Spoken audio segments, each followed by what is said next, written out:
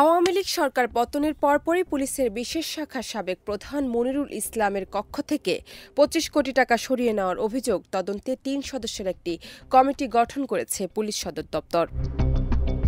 Special security and protection ব্যাটালিয়নের DIG Golam কিবরিয়াকে এই কমিটির প্রধান করা হয়েছে। কমিটিকে অবিলম্বে প্রতিবেদন জমা দিতে বলা হয়েছে। এসবির নাম প্রকাশে অনিচ্ছুক একাধিক কর্মকর্তা বলেন, বৈষম্য বিরোধী ছাত্র আন্দোলন দমনে ব্যয় করার জন্য ৩ আগস্ট শেখ হাসিনা সরকারের কাছ থেকে ২৫ কোটি টাকা এনে নিজের কক্ষে রেখেছিলেন তৎকালীন এসবি প্রধান মনিরুল ইসলাম।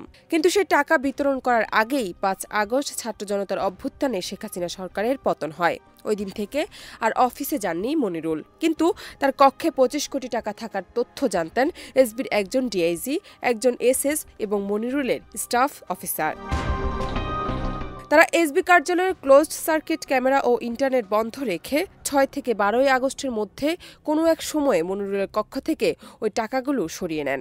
এমনকি টাকা সরিয়ে নিতে বাধা দেওয়ায় ডিআইজি পদমর্যাদার একজন কর্মকর্তাকে হেনস্থা করারও অভিযোগ রয়েছে। ওই টাকা সরিয়ে নেওয়ার সঙ্গে একজন উপমহাপরিদর্শক, একজন অতিরিক্ত ডিআইজি এবং সংখ্যাতিরিক্ত অতিরিক্ত পুলিশ সুপার পদে পদোন্নতি পাওয়া একজন জড়িত বলে অভিযোগ উঠেছে। জান্নাত টিপু, দেশ রূপান্তর।